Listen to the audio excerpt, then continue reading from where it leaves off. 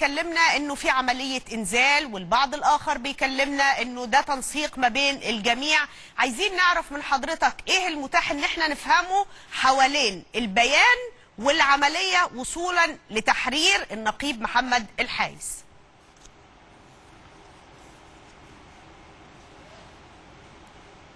مساء الخير يا فندم. مساء الخير يا مدام اماني. مساء الخير، اتفضل. مساء الخير يا اعلاميه وطنيه مصريه محترمه. ربنا يخليك، اتفضل.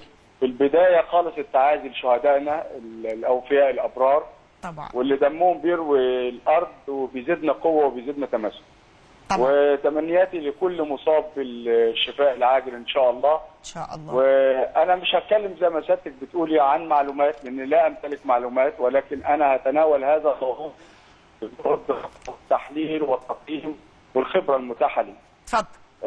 انا اولا في البدايه انا مش مستغرب هذا الانجاز للسيد الرئيس عبد الفتاح السيسي رئيس الدوله، الراجل القائد الشريف المحترم، وقواتنا المسلحه الدرع والسيف والعين الساهره التي لا تمسنا. اللي انا شايفه اذا كنا احنا بنقول ان الجيش في عمليات متتاليه من بعد حادث الواحات 135 سلسله من العمليات المتتاليه بهدف الثأر والانتقام واستعاده الحقوق.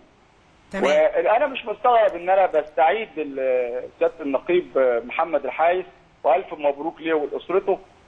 مصر ما بتفرطش في اولادها.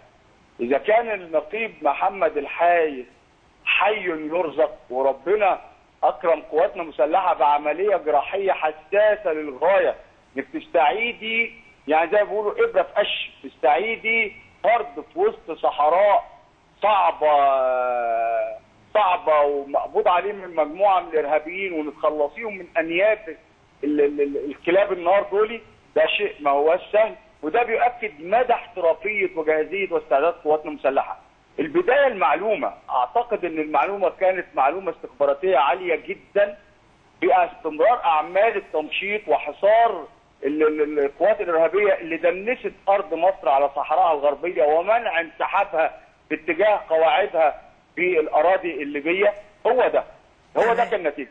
لكن اللي انا عايز اربطه، اذا كانت مصر ما فرطتش في موتاها من الاخوه المسيحيين ال 21 اللي قتلوا على يد داعش القذره في ليبيا، مش كمان خدت طارهم بضربه جويه صعبه، يعني دمرت احجام كبيره من اهل الشر والارهاب، ومعظمهم من الاخوان المسلمين اللي هم متجمعين في منطقه درنا ومنطقه بنغازي. تمام. لا ده والاكثر ان تستعيد رفات هذه الموتى. مصر بلد قوي.